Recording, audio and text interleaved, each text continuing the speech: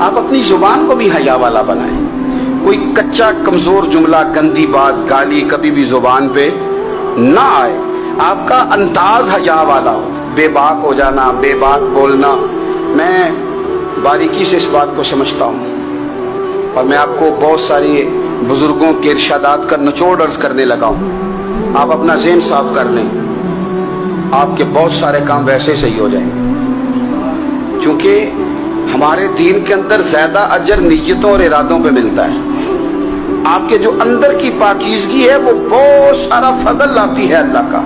اور اگر دل ہی نہ پاک ہو، ذہن ہی نہ پاک ہو، تو وہ خیر کی چیزیں کس طرح کر کے داخل ہوں گی؟ اپنی شرمگاہ کی قربان جائیں. نوجوانوں ذرا غور کرنا.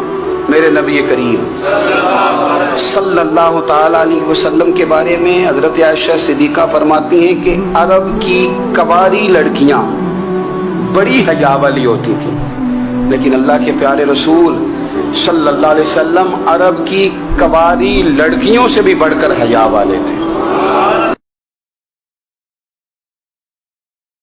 حضور علیہ السلام نے فرمایا قیامت کے دن تم اتنی دیر تک قدم نہیں اٹھا سکو گے جب تک کہ تم 4 سوالوں کے جواب نہیں دے لو گے.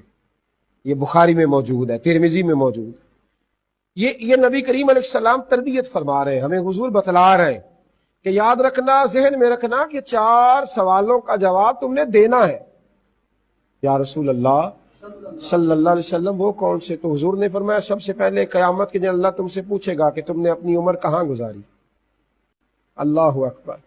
میں کہہ چکا ہوں کہ یہ جان کسی کی امانت ہے، اس کا مالک کوئی اور ہے. تم سے پوچھا جائے گا کہ صبح سے شام تک تمہاری زندگی کے اوقات کہاں گزرے. اور پھر زندگی کے اندر سب سے قیمتی انسان کا وقت جوانی کا ہوتا ہے. پہلا سوال یہ پوچھا جائے گا کہ عمر کہاں گزاری، تو دوسرا سوال یہ ہوگا کہ جوانی کہاں گزاری. اور میرے نبی رحمت علیہ الصلوۃ والسلام فرماتے ہیں تیسرا سوال یہ پوچھا جائے گا کہ مال کمایا کہاں سے اور خرچ کہاں کیا.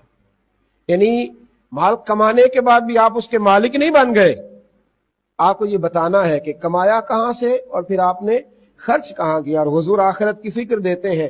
نبی کریم علیہ الصلوۃ والسلام فرماتے ہیں چوتھا سوال یہ پوچھا جائے گا کہ جو تم جانتے تھے تم نے اس پر عمل کتنا کیا. جو تمہیں خبر تھی، جو تم بتلاتے تھے، جس کا تم شعور رکھتے تھے، تم نے اس پر عمل کتنا کیا. میرے رسول کریم علیہ السلام نے خود لوگوں کو یہ پیغام دیا، لوگوں کو بتلایا کہ تم ان 4 سوالات کی تیاری کر کے رکھو. یہ قیامت کے دن تم سے پوچھے جائے. تمہیں احساس ہونا چاہیے کہ ہمارے پاس اس کی تیاری ہے. حضرت انس بن مالک رضی اللہ تعالیٰ عنہ فرماتے کہ جب نبی پاک علیہ السلام قیامت کا اور آخرت کا ذکر کرتے تھے تو ہمارے وجود کانپتے تھے اور ہمیں یوں لگتا تھا کہ ابھی ہم اٹھ کے جائیں گے تو قیامت آ جائے گی، ہمیں اس کا جواب دینا ہوگا. میرے بھائی فکر پیدا کریں، فکر. بہت سارے لوگ آج کہتے ہیں ہم نے ظلم کیا تو کیس سے بھی بری ہو گئے، مکان پر قبضہ کیا تو کچھ بھی نہیں ہو سکا، ایسے ہی گھوم رہے. تو بھائی یہ تو چھوٹی عدالتیں ہیں، کمزور عدالتیں ہیں، اصل عدالت تو قیامت میں لگے گی. اس کی فکر کرو، اس کی تیاری کرو. اور یہاں کی عدالتیں تو مجبور ہیں، معذور ہیں، گواہوں کی ضرورت ہے، حاجت مند ہے. تو صبح قیامت تو تمہارا اپنا وجود تمہارے خلاف گواہی دے گا. تمہارے ہاتھ، تمہارے پیر، تمہارا وجود گواہی دے گا. زبان پر مہر ہوگی، ہاتھ پیر بولیں گے، اللہ کی بارگاہ میں گواہی دیں گے. اس کی تیاری کریں. صحابہ کرام علیہم رضوان میں سے 2 شخص نبی کریم علیہ السلام کی بارگاہ میں آئے تو کوئی تنازع تھا جائیداد کا. ایک کہتا تھا جائیداد میری ہے تو دوسرا کہتا تھا میری ہے. تو اللہ کے محبوب علیہ السلام نے ایک بات بیان کی. حضور فرمانے لگے ہو سکتا ہے آج کوئی آدمی تیزی دکھائے اور اس کا فیصلہ اپنے حق میں کرا لے، یعنی کسی منصف کے پاس جائے کسے باشد اور وہ اپنے دلائل زیادہ دے، باتیں زیادہ سنائے اور فیصلہ اپنے حق میں لے لے، پر قیامت میں تو اس نے حساب دینا ہے نا.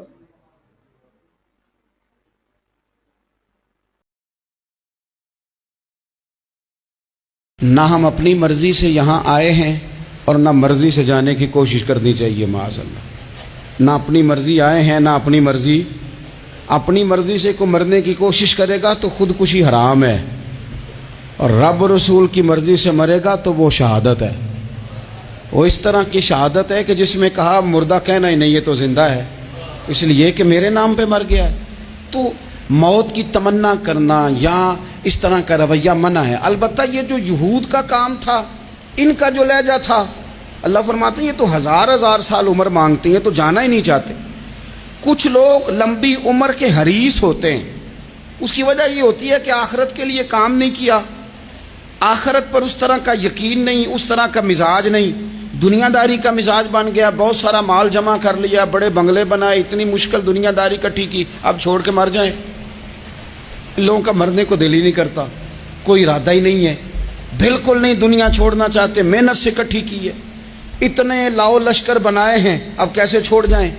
کچھ لوگ ایسے ہیں جنہوں نے گٹھڑی باندھ کے رکھی ہوئی ہے، ان کو زیادہ ویٹ نہیں کرنا پڑتا، اس لیے کہ انہوں نے کوئی سامان بوکی نہیں کرایا، تو جو ہے ہینڈ کیری ہے، اس لیے لوگ انتظار کرتے رہیں گے اور جناب بلال حبشی جنت میں پہنچ بھی جائیں گے۔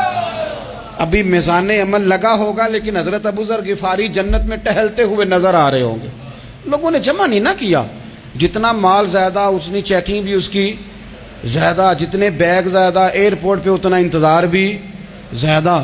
ہینڈ کیری والے کو کوئی مسئلہ اسی کسے دے کچھ بھی نہ لگ دے تے نہ کوئی ساڈا دردی، بھئی مال کا ہے کا تو حساب کا ہے کا۔ مولا علی شیر خدا کرم اللہ تعالی وجہہ الکریم سے کسی نے کہا ہم گنجائشیں تلاش کرتے ہیں نا، اور شریعت کی گنجائش اختیار کرنے میں حرج بھی کوئی نہیں ہوتا، شریعت گنجائش دیتی ہے، مال جائز ہو آپ کو تو آپ اس کو استعمال کریں، بڑا مکان بنائیں، بڑی جائیداد خریدیں، بڑی گاڑی میں سفر کریں، مہنگا موبائل خریدیں، اچھے کپڑے پہنیں، کوئی منع نہیں کرتا۔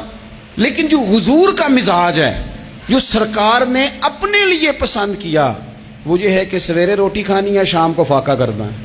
تو حضرت مولا علی شیر خدا کرم اللہ تعالی وجہہ الکریم سے کسی نے کہا کہ چلو جائز پیسے اکٹھے کر لیں، جائز تو جمع کرنا منع نہیں۔ تو حضرت علی کی باتیں بڑی حکمتوں والی تھی نا، تو ایک جملے میں انہوں نے کئی جواب دے دیے۔ کہنے لگے میاں مال حرام ہو تو عذاب ہوتا ہے، حلال ہو تو حساب ہوتا ہے، لہٰذا ہم دونوں کام ہی نہیں کرتے، نہ ادھر جاتے ہیں نہ ادھر جاتے ہیں، جمع کرنے کی حاجت کیا ہے۔ معراج کی بات کرنے کا تو اب وقت آیا ہے، اس لیے کہ معراج کا سارا واقعہ تو مسجد اقصیٰ کے گرد گھومتا ہے۔ سبحان الذی اسریٰ بعبدہ لیلا من المسجد الحرام الی المسجد الاقصیٰ۔ حضور نے معراج کی رات مسجد اقصیٰ میں نماز پڑھائی تھی، اور ایک بار پھر سے طیبہ سے فلسطین میں آ، راستہ دیکھتی ہے پھر مسجد اقصیٰ تیرا۔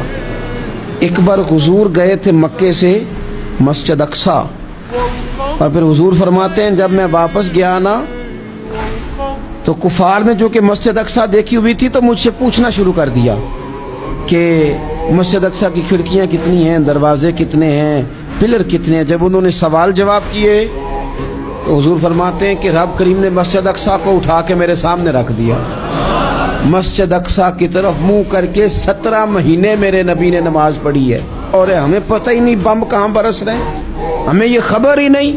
اور میں اس دور میں تقریریں کر رہا ہوں جہاں سوتوں کو جگانا نہیں پڑتا، جاگتوں کو جگانا پڑتا ہے۔ سیانے لوگوں کو سمجھانا ہمارے ذمہ لگ گیا، کیا کریں؟ اس قوم کو سکھانا پڑتا ہے جسے پتہ سارا ہے لیکن جان بوجھ کے آنکھیں ہماری بند ہیں۔ یہ مولوی کو بات کرتا تو لوگ کہتے دیکھو مولوی گالی دیتا ہے، لیکن اگر قائد اعظم محمد علی جناح کہے کہ اسرائیل امریکہ کی ناجائز اولاد ہے تو پھر تو تمہیں ہضم کر لینا چاہیے نا، پھر تو لیبرل کو بھی ہضم ہونا چاہیے نا کہ قائد اعظم نے کہا ہے، اور اس ناجائز بچے کو تم نے اتنی طاقتیں دے دی کہ وہ مسلمانوں کے قبلہ اول میں نماز پڑھنے والوں کو بھی نہ بخشے۔ کہاں گئی تمہاری وہ انسانی حقوق کی بڑی بڑی تنظیمیں، کدھر گئی؟ پیسوں کے بلبوتے پر اگر آپ تعلقات کو مضبوط کریں گے تو یہ تجارت ہے، یہ محبت نہیں ہے۔ پھر بازار لگے گا رشتوں کا، پھر منڈی لگے گی تعلقات کی، پھر تجارت ہوگی محبتوں کی، پھر جو زیادہ ریٹ لگائے گا محبت زیادہ لے جائے گا، پھر جو زیادہ پیسے لگائے گا پیار زیادہ لوٹ کے لے جائے گا۔ تو یہ کام نہ کریں۔ نظرانے کے ہم اتنے قائل نہیں، ہم تو نظر آنے کے قائل ہیں، نظر آتے رہے بات ختم ہو گئی۔